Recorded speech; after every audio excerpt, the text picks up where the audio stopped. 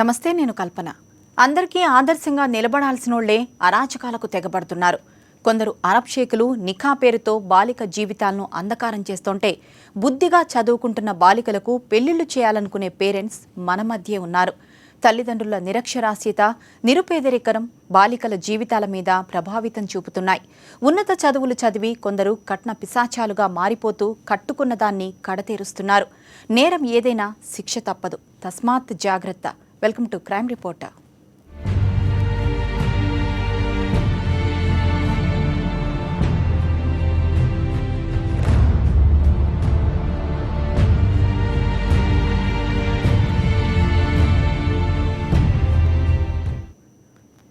Arab షేక్లు trend మార్చారు. పేద బాలికలను టార్గెట్ చేసుకుని నిఖా పేరుతో దగాకు పాల్పడుతున్నారు. ఒకప్పుడు నిఖా ఇక్కడ చేసుకుని అభం శుభం తెలియని చిన్నారులను ఎడారి దేశాలకు ఎత్తుకెళ్లేవారు. వాళ్ల ఆగడాలపై పోలీసుల నిఘా పెంచడంతో కొత్త కథలకు తెరతీస్తున్నారు. కాపురం చేస్తున్నట్లు నటించి నట్టేటా ముంచుతున్నారు. ఆడపిల్లల జీవితాలతో అరబ్ షేక్ల ఆగడాలపై సాక్షి ప్రత్యేక కథనం.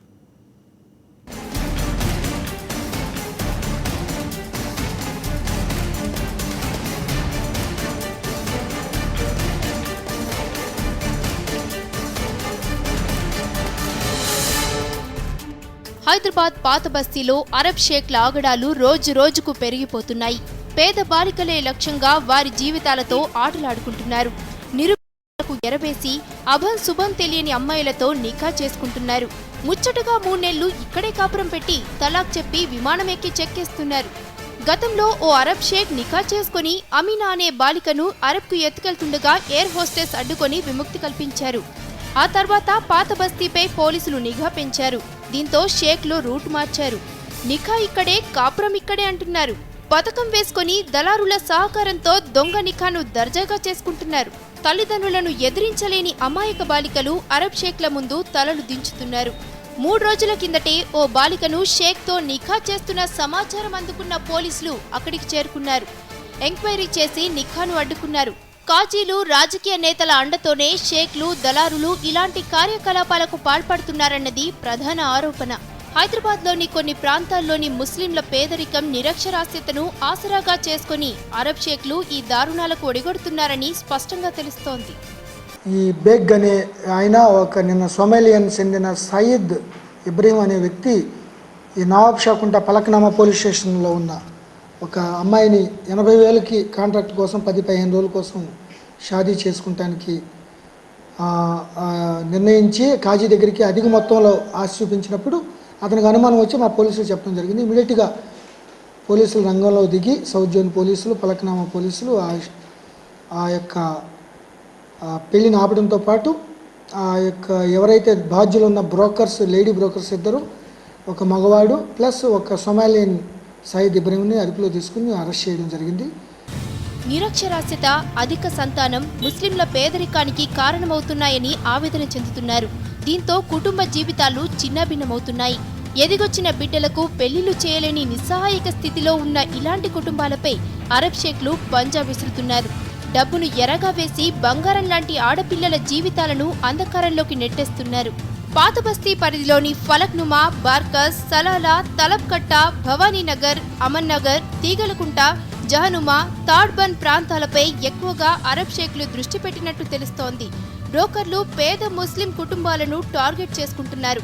నికాకు ఒప్పుకుంటే సదరు షేక్ దుబాయ్ తీసుకెళ్తాడంటూ కల్లబొల్లి మాటలు చెప్పి వారిని ముగ్గులోకి దించుతున్నారు.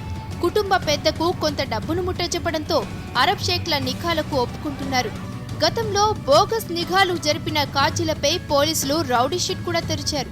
ఎవరైతే చేసి అత్యధిక ధనాశతో ఈ మైనర్ పిల్లల్ని ఈ అరబ్ షేకులకి, చాలా వయసు మీరిన అరబ్ షేకులకి, వ్యాధిగ్రస్తులైన అరబ్ షేకులకి వాళ్ళు మ్యారేజ్ పెర్ఫామ్ చేసే తందుకు బ్రోకర్గా ఉన్న అక్బర్ అనే అతన్ని నిన్న పీడియాక్లో పంపించడం జరిగింది. అతనితో పాటు అతను సహకరించిన 3 కాజీలపై కూడా షీట్లు ఓపెన్ చేయడం జరిగింది, సస్పెక్ట్ షీట్లు.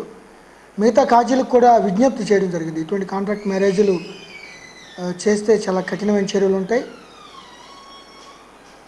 ఏదన్నా మీ దృష్టికి వస్తే మా దగ్గరికి వస్తే మేము చర్యలు తీసుకుంటామని. అరబ్ షేక్లు నిఖా చేసుకుని ఎడారి దేశాలకు అమ్మాయిలను ఎత్తుకెళ్లేవారు. ఇప్పుడు దొంగ నిఖా చేసుకుని కొద్ది రోజుల పాటు కాపురం ఇక్కడే పెట్టేసి ఆ తర్వాత కాజీల సమక్షంలోనే తలాక్ తలాక్ తలాక్ అనే 3 మాటలు చెప్పి విమానమెక్కి తమ దేశాలకు ఎగిరిపోతున్నారు. తిరిగి రాని భర్తల కోసం సదరు బాలికలు కళ్లల్లో ఒత్తులు వేసుకుని ఎదురు చూస్తున్నారు. షేక్ల పుణ్యమా అని సంతానానికి నోచుకున్న మహిళలు పిల్లలు పెరిగి పెద్దయి తండ్రి కోసం వాకప్ చేస్తే చెప్పలేని స్థితిలో దిక్కు చూస్తున్నారు. సాక్షి న్యూస్, హైదరాబాద్. పాలల్లో నీళ్లు కల్తీ చేసి వ్యాపారం చేయడం సర్వసాధారణం. నీళ్ల పాలు అమ్మి సంపాదనకు అలవాటు పడ్డ ఓ ప్రాణం 2 అడుగులు ముందుకేసి ఏకంగా నకిలీ పాలనే తయారు చేశాడు. చివరకు పాపం పండి కటకటాల పాలయ్యాడు. కొంచెం నూనె, కొంచెం క్రీమ్, కొంచెం పొడి ఉంటే చాలు పాలు తయారు చేస్తున్నారు కేటుగాళ్లు.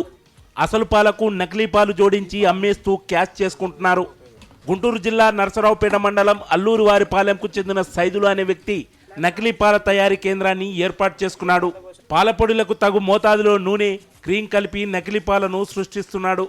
ఈ కల్తీ పాలను ఓ డైరీ మిల్క్ విక్రయిస్తున్నట్లు అధికారుల దర్యాప్తులో తేలింది.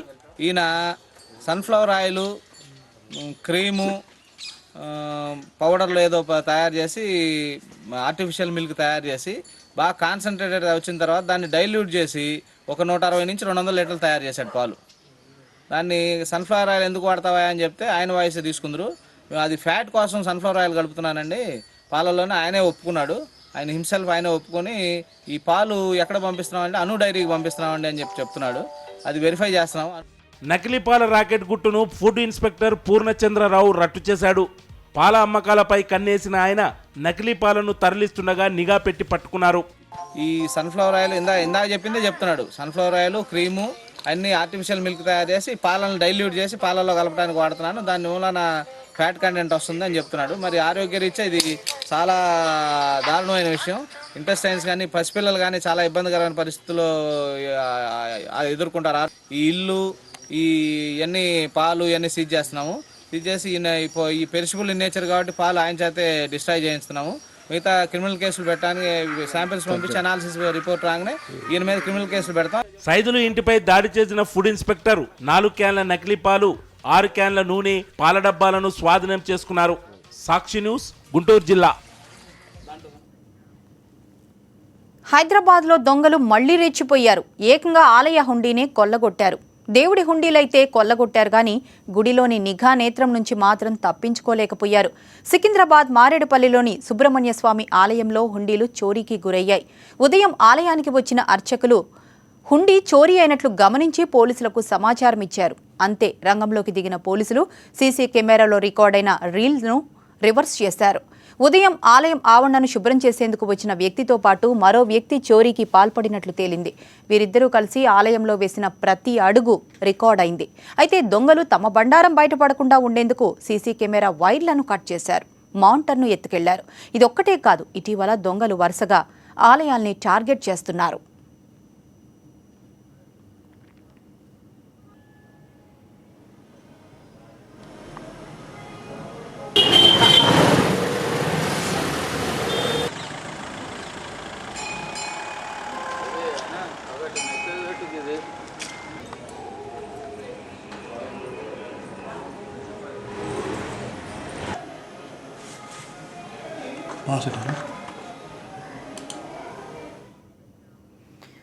ఇటు నిజామాబాద్లో దొంగలు రెచ్చిపోయారు. పట్టపగలు దొంగతనాలకు తెగబడ్డారు. శివాజీనగర్కు చెందిన విమల ఇంట్లోకి చొరబడిన అగంతకులు బంగారు నగలు, ఉంగరాలు దోచుకు వెళ్లారు.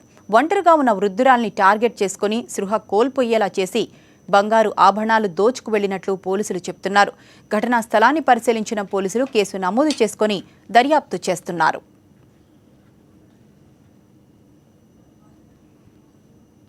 గూడెపు విమల అనే వృద్ధురాలి ఇంటిలో మొత్తం 4 రూముల్లో పసుపు చల్లి ఉండి ఆమె అపస్మారక స్థితిలో పడిపోయి ఉన్నది. ఆమెను విచారించుటకు ప్రయత్నించగా ఆమె ఏమీ చెప్పలేని పరిస్థితిలో పడి ఉన్నది.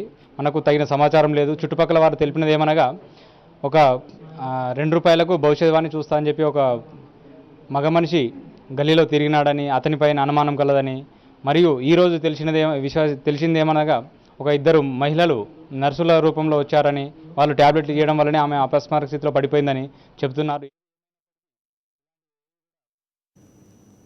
మరోవైపు గుంటూరు జిల్లా నర్సరావుపేటలో అర్ధరాత్రి ముసుగు దొంగలు హల్చల్ చేశారు. ఇళ్లపై బండరాళ్లు రువ్వి భయభ్రాంతులకు గురిచేశారు. ఓ ఇంటి తలుపులు బద్దలు కొట్టిన దొంగలు భార్యాభర్తలను కట్టిపడేసి నక్సల్స్ మంటూ బెదిరింపులకు దిగారు.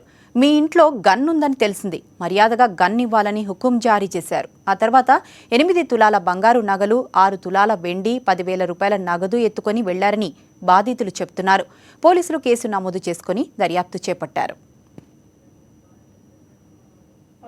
డోర్ కూడా వచ్చింది. రాగానే మేము నచ్చరైట్లమి అని చెప్పి ఈయన చేతులు కట్టేసి గన్ను కావాలి మాకని చెప్పి కట్టేసేసి ఇంకా ముసుగు కప్పేశారు. ముసుగు కప్పేసి నన్ను నువ్వు లే అని చెప్పి నీ మీద ఏముండ ఇమని చెప్పి ఉంగరాలు చెవులు మొత్తం తీసుకొని బీరువాల నల్లబోసల గొలుసులు 2 చైను మొత్తం తీసుకొని అన్నీ తీసుకోవడం అయిపోయిన తర్వాత అప్పుడు నాకు కూడా చేతులు కట్టేసి గంట దాకా మీరు లేచిన పోలీసులు కేసు పెట్టినా కూడా మిమ్మల్ని చంపేస్తామని చెప్పి వెళ్ళారు. గన్ను ఉందంట, ఎంక్వైరీ చేసింది మా గన్ను ఇవని మళ్ళీ చాలా కట్టేశారు. ఆమె వసూలను తీసుకొని వెళ్ళిపోయారు. పోలీసులు బ్యాంకుల భద్రతపై ప్రత్యేక శ్రద్ధ చూపుతున్నారని, మేనేజర్లు కూడా సీసీ కెమెరాలతో పాటు ఆర్మడ్ సెక్యూరిటీ గార్డులను ఏర్పాటు చేసుకోవాలని మెదక్ జిల్లా ఎస్పీ సుమతి సూచించారు. 15 రోజుల్లో బ్యాంకులతో పాటు ఏటీఎం సెంటర్లలో సెక్యూరిటీని ఏర్పాటు చేసుకోవాలని, లేని పక్షంలో కఠిన చర్యలు తీసుకుంటామని హెచ్చరించారు. బ్యాంకర్లు ఏర్పాటు చేసుకునే సమావేశాలకు పోలీసులను ఆహ్వానించాలని కోరారు. Why don't you go up with a slogan of know your police station? No bank manager is interested in that. మీరు వచ్చిన ప్రతి వాళ్ళకు మా లిమిట్స్లో వచ్చే పోలీస్ స్టేషన్ ఇది, మేము ఎట్లా మీకు డిపాజిటర్స్ అట్లానే పోలీస్ స్టేషన్ కూడా పోలీస్ వాళ్ళు కూడా ఇంతే రెస్పాన్సిబుల్. చూడండి, మీరు నా బ్యాంకింగ్కి వస్తున్నారు, మీ SHO నంబర్ ఇది, మీ పోలీస్ స్టేషన్ నంబర్ ఇది అని ప్రింట్ చేసి ఎంతమంది bank managers have taken forward about us to your customers. I request all of you be a bit proactive, take up not only printing and putting it on your notice board. వచ్చిన ప్రతి customer కి కూడా whoever at least are regular customers ఒక చిన్న bank pamphlet print చేయించండి. Police station numbers మా అధికారుల numbers ఇవ్వడం వల్ల you are making us more responsible.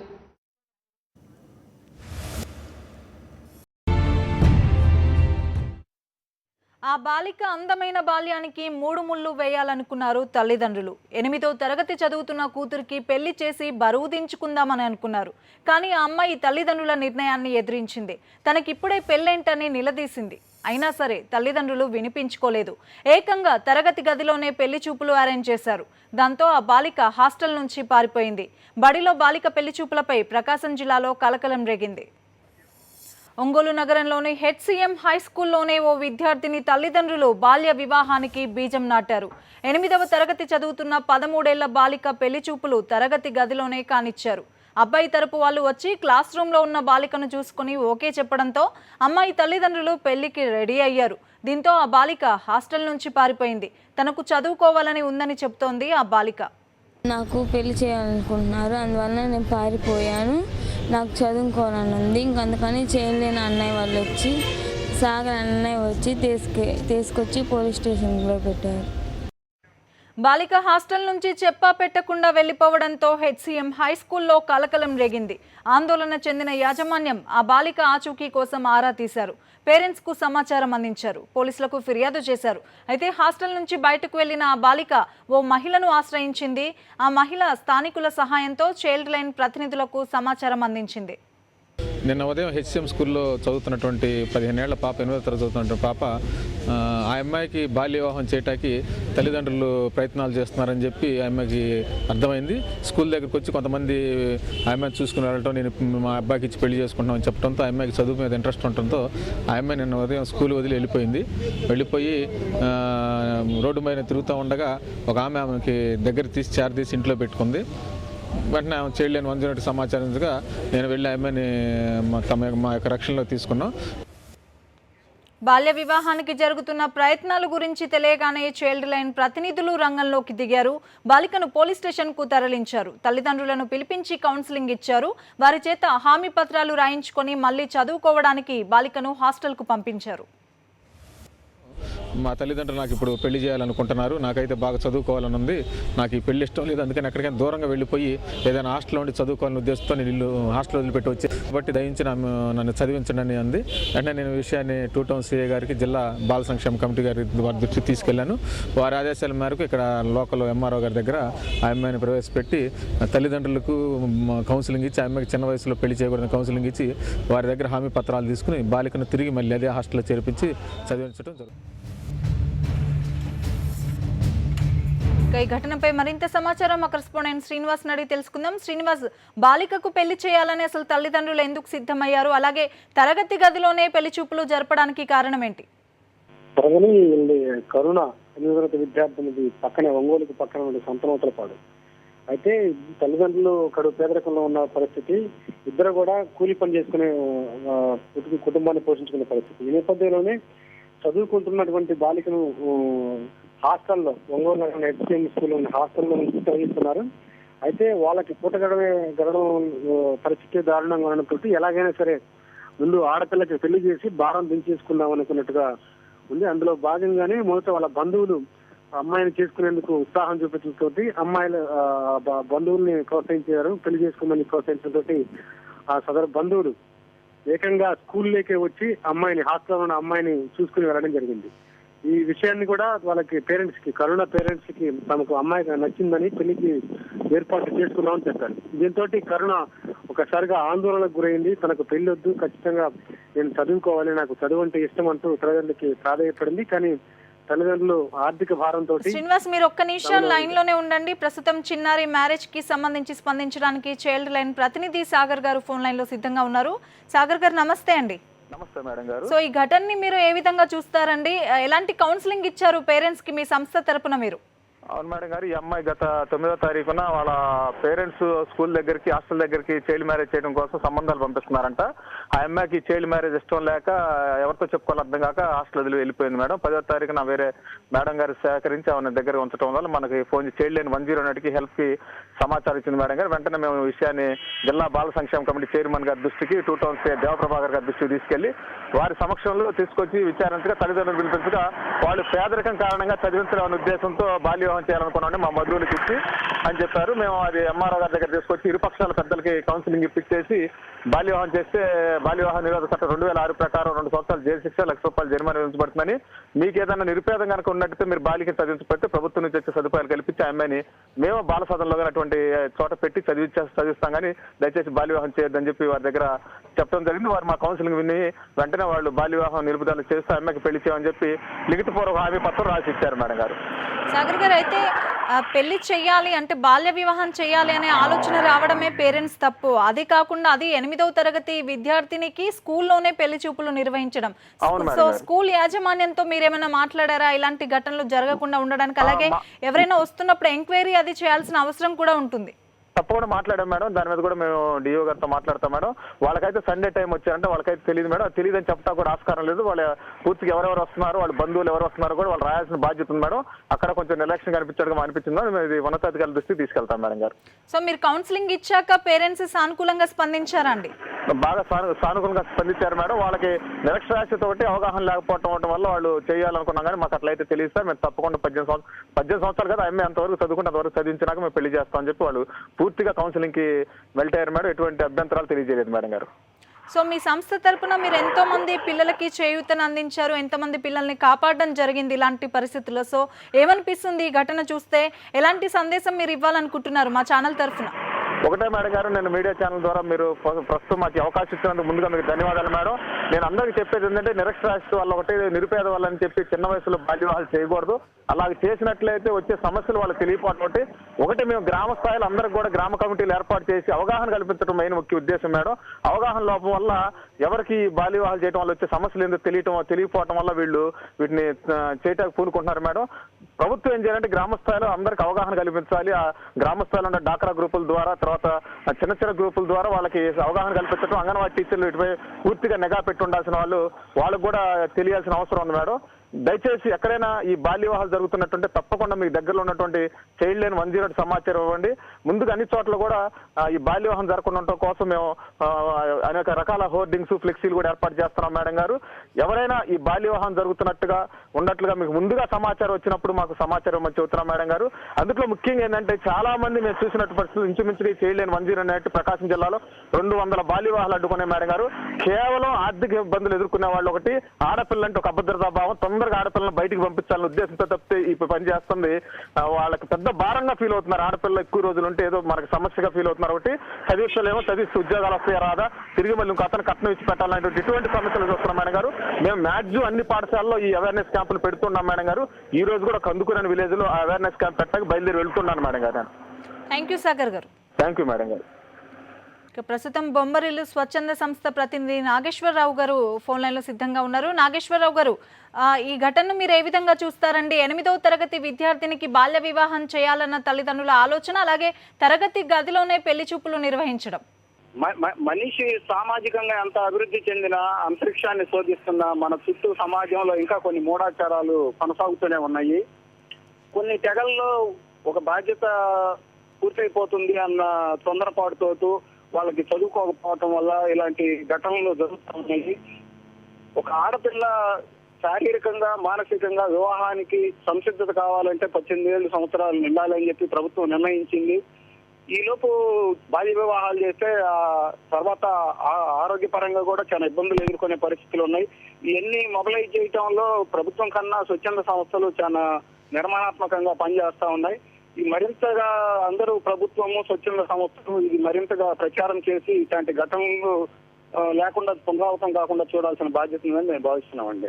Nageshwar గారు, ఈ ఘటన జరిగినప్పుడు, అంటే ఇలాంటి ఘటనలు జరిగినప్పుడు అందరం మాట్లాడుకుంటున్నాం, కానీ ఎక్కడో ఒక మారుమూల ప్రాంతంలో ఇలాంటి సంఘటనలు రోజులో ఎన్నో జరుగుతున్నాయి. ఎంతో మంది అమ్మాయిలు ఈ బాల్య వివాహానికి బలైపోతున్న పరిస్థితి మనం చూస్తున్నాం. మీ సంస్థ తరపున ఎలాంటి పోరాటం చేయాలని అనుకుంటున్నారు? ఎలాంటి అవగాహన ప్రజల్లోకి తీసుకెళ్లాలని మీరు అనుకుంటున్నారు? ఈ స్కూల్స్ లో హై స్కూల్ నుంచి కాలేజీ స్టడీస్ దాకా వాళ్ళకి స్కూల్లోనే దానికి సంబంధించిన ప్రచార పత్రాలు అవన్నీ పెట్టడం, వాళ్ళకి క్లాసులో భాగంగా ఇవన్నీ ఇట్లా ఏదైనా సమస్యలు మీకు కానీ మీ తోటి విద్యార్థులకు కానీ ఇట్లాంటివి ఎదురైనప్పుడు, సమాజంలో ఇట్లాంటి సంగతి మీకు తెలిసినప్పుడు ఈ నంబర్లకు ఫోన్ చేయండి, ఇట్లా చైతన్యవంతులు కావండి అని అది స్కూల్లో భాగంగా, ఇంటర్ దాకా కాలేజీలో భాగంగా కూడా చెప్పించాల్సిన బాధ్యత ఉందని మేము భావిస్తున్నామండి. అంటే మా వంతుగా మేము ఇట్లాంటి అంశాల పైన మాకు ఇన్ఫర్మేషన్ తెలిస్తే మేము ఎప్పుడు దాన్ని ఎదుర్కొంటూనే ఉన్నాము. థ్యాంక్ యూ నాగేశ్వర్ గారు. ఇదే అంశానికి సంబంధించి మా కరెస్పాండెంట్ శ్రీనివాస్ వద్దకు వెళ్దాం, మరిన్ని వివరాలు అందించడానికి సిద్ధంగా ఉన్నారు. శ్రీనివాస్, ఇప్పుడే మనం సంస్థ ప్రతినిధులతో కూడా మాట్లాడాం, స్వచ్ఛంద సంస్థల ప్రతినిధులతో. వాళ్ళు కూడా ఈ ఘటనకు సంబంధించి ఖండిస్తున్నారు ఈ విషయాన్ని. సో ఓవరాల్గా ఈ ఇన్సిడెంట్ అంతా జరిగాక తల్లిదండ్రుల స్పందన ఏంటి? తల్లిదండ్రులు ప్రధానంగా వాళ్ళు చెప్పేది ఒకటే, పేదరికంలో ఉన్నాం కాబట్టి మేము భారం దించేసుకున్నాం, త్వరగా పెళ్లి చేసేస్తే ఒక పని అయిపోతుందనే ఒక యాంగిల్లోనే ఉంటుంది వాళ్ళు చెప్తున్నారు. నిన్న తహసీల్దార్ ఆఫీస్ లో వాళ్ళని కన్విన్స్ చేసే ప్రయత్నం చేసినప్పుడు కూడా వాళ్ళు సాధ్యమైనంత వరకు కన్విన్స్డ్ గానే కనిపించారు. ఎందుకంటే మేమేదో ముందస్తుగా చేయాలని లేకపోతే ఇంకోటో కారణం కాదండి, కేవలం తమను చదివించే స్తోమత మాకు లేదు కాబట్టి ముందుగా త్వరగా పెళ్లి చేసేస్తే ఒక పని అయిపోద్ది, ఒక కుటుంబ భారం దిగినట్టుగా అనిపిస్తుందనే కారణంతో చేశామని చెప్తున్నాను. మొత్తం మీద ఈ అంశం కొంత కలకలం రేపిందని చెప్పొచ్చు జిల్లా వ్యాప్తంగా కూడా. ఎందుకంటే అది కూడా స్కూల్లోకి వెళ్ళి సంబంధం చూడడం అనేది కూడా కొంత బాధాకరమైన విషయం. ఎందుకంటే తను ఎన్నో ఆశలతోటి, ఎన్నో కోరికలతోటి చదువు కొనసాగించాలని ఉన్న కరుణకి ఈ యొక్క షాకింగ్ న్యూస్ అని చెప్పవచ్చు. దాంతో అది ఏం చేయాలో అర్థం కాక ఇంట్లో చెప్తే వినే పరిస్థితి లేదు, బంధువులకు చెప్తే వినే పరిస్థితి లేదు, కానీ ఎదురుగా వస్తున్నట్టు వాళ్ళు సంబంధం వచ్చినట్టు వాళ్ళకి చెప్పినా వినే పరిస్థితి లేదు. దీంతో గత్యంతరం లేక కరుణ స్కూల్ నుంచి బయటకు వెళ్ళిపోయింది. దాంతో ఒక స్థానికంగా ఉన్నటువంటి ఒక వృద్ధురాలు, రామ్నగర్ ఉన్న వృద్ధురాల దగ్గరికి వెళ్ళి తనకు షెల్టర్ ఇవ్వమని కోరింది. దీంతో స్థానికులు సహాయంతో ఆమె సదరు మహిళ చైల్డ్ లైన్ ప్రతినిధికి సమాచారం ఇచ్చింది. ఇది కాబట్టే రెస్క్యూ అయింది, లేదంటే మరేమైనా ఊరు విడిచిగా నిలిపిపెడితే పరిస్థితి ఇంకా దారుణంగా ఉండదు. అమ్మాయి కరుణ అనే అమ్మాయి ఇక అందుబాటులో లేకుండా పోయే పరిస్థితి. ఇలాంటి ఎన్నో జరుగుతూ ఉన్నాయి. దాదాపు జిల్లాలో ఎక్కువగా వలస వెళ్లే పరిస్థితులు, దారుణంగా కరువు ప్రాంతాల్లో ఉన్న పరిస్థితులు, వెస్ట్ ప్రకాశం కానీ వివిధ ప్రాంతాలన్నీ కూడా చాలా కుటుంబాలన్నీ కూడా ఈ విధంగా ఆడపిల్లలకి పెళ్ళంటేనే భారం, ముందు భారాన్ని దించేసుకుందాం అనే కాన్సెప్ట్ ఉన్న పరిస్థితి. కాబట్టి దీనికి ప్రత్యేకంగా ఒక డ్రైవింగ్ లాంటివి పెట్టి బాల్య వివాహాలకు సంబంధించి డ్రైవింగ్ లాగా పెట్టి కొంత తల్లిదండ్రుల్లోనూ ఆ గ్రామాల్లోనూ కొంత చైతన్యం కలిగిస్తే తప్ప ఇలాంటి మార్పు వచ్చే అవకాశం ఉండదు సార్. ఇలాంటి శ్రీనివాస్, ఈ ఘటనకి సంబంధించి చూస్తే సంస్థలతో పాటు ప్రభుత్వం నుంచి కూడా రావాలి తరగని. శ్రీనివాస్, ఈ ఘటనకు సంబంధించి చూస్తే పోలీసులకు, స్వచ్ఛంద సంస్థలకు ఎంత బాధ్యత ఉందో అలాగే స్కూల్ యాజమాన్యానికి కూడా ఇలాంటివి అరికట్టడానికి అంతే బాధ్యత ఉంటుంది. ఎందుకంటే ఈ ఘటన జరిగింది స్కూల్లో, పెళ్లి చూపులు నిర్వహించారు, పేరెంట్స్ వాళ్ళని తీసుకొని రావడం, అమ్మాయిని చూడడం, ఇదంతా జరిగింది. సో స్కూల్ యాజమాన్యం ఏం చెప్తోంది ఈ ఘటనకు సంబంధించి? ఖచ్చితంగా వాళ్ళతో కూడా మాట్లాడడం జరిగింది. స్కూల్లోకి వెళ్ళి, క్లాస్ రూమ్లోకి వెళ్ళి కూడా వాళ్ళ టీచర్ తోటి వాళ్ళతోటి మాట్లాడడం జరిగింది. వాళ్ళు చెప్పేది ఏంటంటే, మాకు యాక్చువల్గా మిస్ అయిందని తెలుసు కానీ ఈ కారణంతో మిస్ అయిందని తెలియదని చెప్తున్నారు. వాళ్ళకి మేము ఉన్న టైంలో ఇటువంటి జరగలేదు, పెళ్లి చూపులు కానీ ఎవరైనా పెళ్లి సంబంధం తన కోసం కరుణ కోసం వచ్చినట్టుగానే మేము గుర్తించలేదు. కాకపోతే తను స్కూల్ నుంచి, హాస్టల్ నుంచి వెళ్ళిపోయిన తర్వాత కేవలం దాన్ని మిస్సింగ్ కేసుగానే భావించి తను ఎటో వెళ్ళిపోయిన ఉద్దేశంతో అటు పోలీసులకి అలాగే తెలియని ప్రతినిధికి మేము కూడా సమాచారం ఇచ్చాం తప్పితే ఈ విధమైనటువంటి పెళ్లి చూపులని, తనకు పెళ్లి సంబంధం చూస్తున్నారని కానీ ఎవరో తన పెళ్లి చూపులు చూసేందుకు బంధువులు వచ్చారని కానీ తమకు తెలియదని చెప్తారు. మొత్తం మీద దీని మీద అంటే వాళ్ళ నిర్లక్ష్యం మాత్రం ఖచ్చితంగా కనిపిస్తుంది. ఎందుకంటే హాస్టల్లో ఉన్న విద్యార్థుల కోసం ఎవరెవరు వస్తున్నారు అనేది మాత్రం ఖచ్చితంగా రికార్డెడ్ గా ఉండాల్సిన పరిస్థితి. కానీ అలాంటి ఏమి జరగానే ఇదంతా ఈ తతంగం మొత్తం జరిగిపోయిందని అంటే కొంత వాళ్ళ నిర్లక్ష్యం కూడా కనిపిస్తుంది తరంగిణి. Thank you Srinivas.